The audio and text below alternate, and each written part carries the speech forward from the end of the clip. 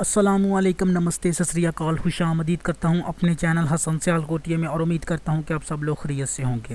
Views, इस video में आपको बताऊँगा यूरोपियन यूनियन क्या है, इसकी जो वीज़ा पॉलिसी है वो क्या है, ये सब कुछ मैं आपको इस वीडियो में बताऊंगा। यूरोपियन यूनियन में कितने ममालिक हैं, कौन कौन से ममालिक हैं, सबसे बड़ा मुल्क कौन सा है, इसकी करेंसी क्या है तमाम यूरोपियन यूनियन के ममालिकों की, इसके अंदर लैंग्वेज कौन सी यूज़ होती है, और अगर आप पाकिस्तानी और इंडियन हैं और आपको कौन से मुल्क जाना चाहिए, कौन सा मुल्क आपके लिए बेहतर है, तो ये सब कुछ मैं इस वीडियो में बताऊँगा।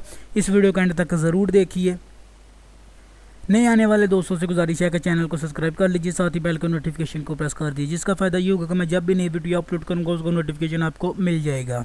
तो डिस्क्रिप्शन में फेसबुक और इंस्टाग्राम का लिंक है, वहाँ पर जाकर मुझे फॉलो कर सकते हैं। तो चलिए वीडियो शुरू करते हैं जी। तो व्यूज़, ये है मैप। इस जो यूरोपियन यूनियन है इसके अंदर 27 कंट्री हैं जो कि यूरोपियन यूनियन है शेंजन वीज़ा जारी करती हैं।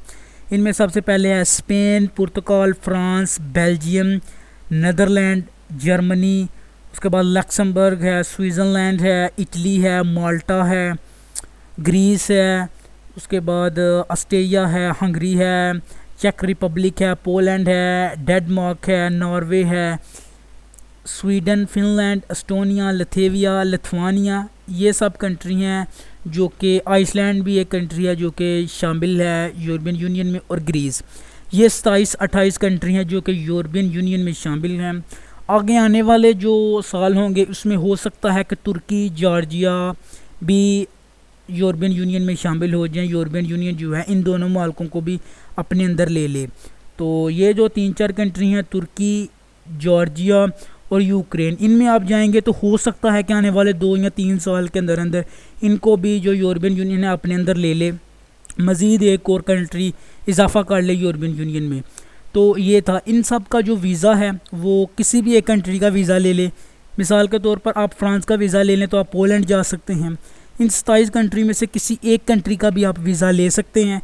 तो वीज़ा लेने के बाद आप किसी भी 27 कंट्री में जा सकते हैं। शेंजन वीज़ा लेने का जो प्रोसेसर होगा वो सब मैं अगली वीडियो में बताऊंगा। अगर आपको शेंजन वीज़ा मिल जाता है तो आप किन किन कंट्री में फ्री जा सकते हैं। तुर्की आप फ्री जा सकते हैं, मैक्सिको फ्री जा सकते हैं, जापान फ्री जा सकते हैं। ये कुछ ऐसी कंट्री हैं जिनमें आप विदाउट वीज़ा जा सकते हैं अगर आपके पास शेंजन वीज़ा है तो ये थी इसके बारे में वीडियो। इन तमाम कंट्रीज़ की जो लैंग्वेज है वो अलग अलग है। जर्मनी की अलग है, फ्रांस की अलग है, स्पेन की अलग है, पोलैंड की अलग है, इटली की अलग है। तो इन सब की जो लैंग्वेजेस हैं वो अलग अलग हैं। इनकी करेंसी जो है वो ज़्यादातर यूरो यूज़ होता है, लेकिन इनकी ख़ुद की भी करेंसी हैं। तो ये थी आज की वीडियो। आई होप आपको पसंद आई है। अगर पसंद आई है तो वीडियो को लाइक करें, चैनल को सब्सक्राइब करें और बेल के नोटिफिकेशन को प्रेस कर दीजिए। इसका फ़ायदा ये होगा कि मैं जब भी नई वीडियो अपलोड करूँगा उसका नोटिफिकेशन आपको मिल जाएगा।